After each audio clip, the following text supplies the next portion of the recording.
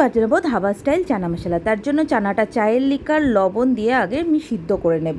এবার গরম তেলে দিয়ে দেবো শুকনো লঙ্কা, তেজপাতা, গোটা গরম মশলা, ফোড়নটা নাড়াচাড়া করে দিয়ে দেবো পেঁয়াজ বাটাটা ভালোভাবে ফ্রাই করে নেব। তার মধ্যে এবার অ্যাড করে দেব আদা বাটা, হলুদ গুঁড়ো, লঙ্কা গুঁড়ো, জিরে গুঁড়ো, ধনে গুঁড়ো, লবণ আর চিনি।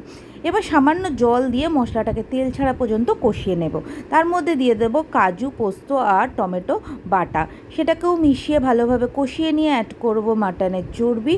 এবার তার মধ্যে সেটাও কষিয়ে নেব কিছুক্ষণ। তারপরে সিদ্ধ করে রাখা চানাটা আমি এখানে অ্যাড করে 2-3 মিনিট চানাটাকেও কষিয়ে নিয়ে চায়ের লিকারের জলটাই এর মধ্যে দিয়ে দেবো, ভালোভাবে ফুটিয়ে নেব। তার দিয়ে দেবো কাঁচা লঙ্কা। ভালোভাবে ফুটে আসলে নামানোর আগে গরম মশলা আর কসুরি মেথি ছড়িয়ে নামিয়ে নিলেই রেডি হয়ে যাবে ধাবা স্টাইল চানা মশলা।